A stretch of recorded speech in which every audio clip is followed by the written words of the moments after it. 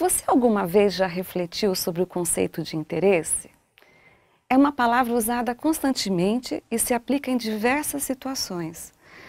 Mas ao me dedicar a pensar mais a respeito sobre o seu valor, percebi o quanto esse conceito é importante para nosso aprimoramento como ser humano.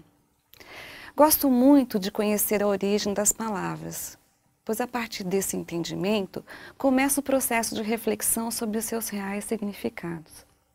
A palavra interesse é composta pelos termos em latim inter, que significa entre, e esse significa ser, poder, o que dá o sentido do que está entre.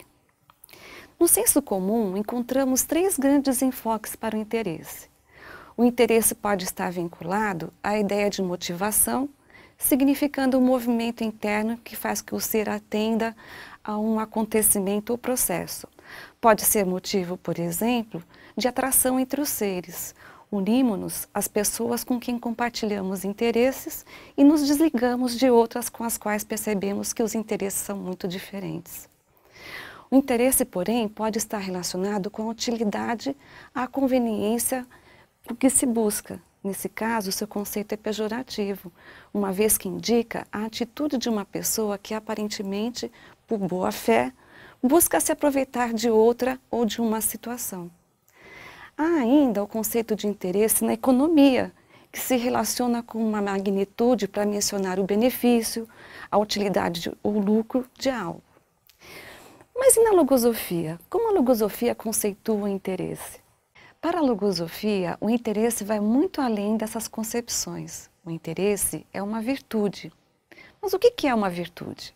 A virtude é uma força estimulante porque amplia o campo mental e dá solidez ao pensar e ao atuar. É uma força que dá alento e estímulo para viver.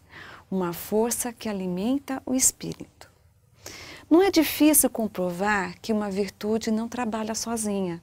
As virtudes se irmanam umas às outras, formando uma grande família com o propósito de nos auxiliar. Vejamos como isso acontece no caso do interesse. Quando começamos a investigar mais a fundo sobre um determinado conceito, começam a surgir os demais conceitos dessa família, como que nos provocando a entender a função de cada uma delas e como se integram. Eu, pessoalmente, elenquei uma série de conceitos nesse estudo. Como diferenciar interesse de gosto? De afinidade, de atração, de curiosidade, inquietude, aspiração, necessidade íntima. Interesse também pode ser anelo de saber, uma tendência, uma inclinação, motivação ou mesmo querer. Alguns parecem sinônimos, não é mesmo? Vou trazer para vocês algumas das minhas compreensões baseadas em meus estudos logosóficos. Sobre a relação do interesse com o gosto, não tenho dúvidas que o vivo interesse nos faz fazer as coisas com agrado. Mas o interesse vem primeiro. Para fazer as coisas com gosto, é necessário que estejamos dispostos a conhecer tudo que diz respeito àquilo que queremos realizar e realizar bem. E quanto à atração e afinidade com relação ao interesse? González Pecote indica que quando lemos um livro com verdadeiro interesse e concentração, buscamos em suas páginas, além daquilo que possa nos parecer útil, a agradável sensação de compreender o pensamento do autor.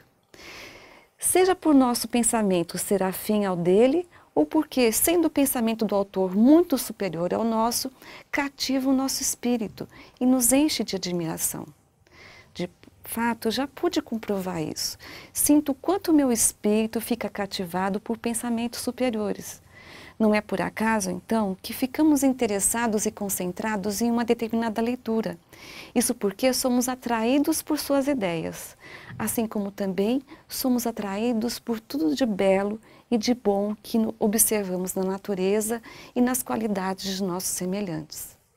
O interesse em observar como o nosso semelhante faz isso ou aquilo com tanta destreza, nos leva a querer seguir seus passos, a aprender a conquistar as mesmas aptidões.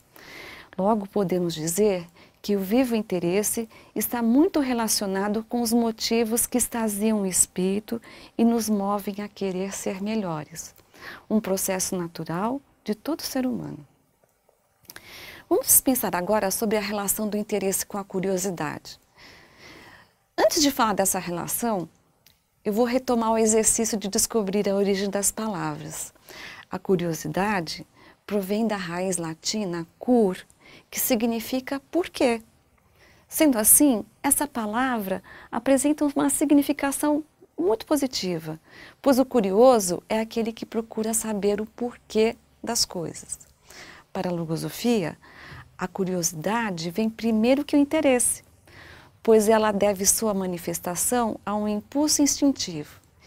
Isso a gente pode comprovar especialmente nas crianças que estão descobrindo o mundo ao seu redor. Toda criança é curiosa, observa tudo ao seu redor e faz inúmeras experimentações. Há, porém, que diferenciar a curiosidade especulativa da curiosidade salutar. Enquanto que a primeira é provocada por pensamentos nocivos de indiscrição e intrometimento, essa última está vinculada às diretrizes da inteligência, num produtivo processo de busca de novos conhecimentos. Eu poderia falar das demais virtudes vinculadas ao interesse, mas por hoje vou deixar você pensando um pouquinho mais. Procure fazer esse estimulante exercício de revisar os conceitos. Logo você poderá observar em si próprio os benefícios dessa prática.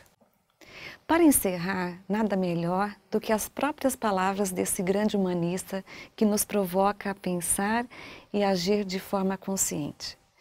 Ele diz que para que o ânimo se manifeste livremente, será necessário sentir a vida com intensidade, experimentar a realidade do próprio existir. Então, florescerá o interesse não só pela vida da qual somos donos, mas também pela que vivem os demais, já que dos outros costuma dar-nos elementos valiosos, os quais, além de enriquecerem nosso acervo pessoal, nos fazem consequentes com os nossos semelhantes. Não deixe de assistir os outros vídeos que estão disponíveis no site da Fundação, que oferece os mais diversos temas, assim como também você pode encontrar os livros gratuitamente. Até a próxima!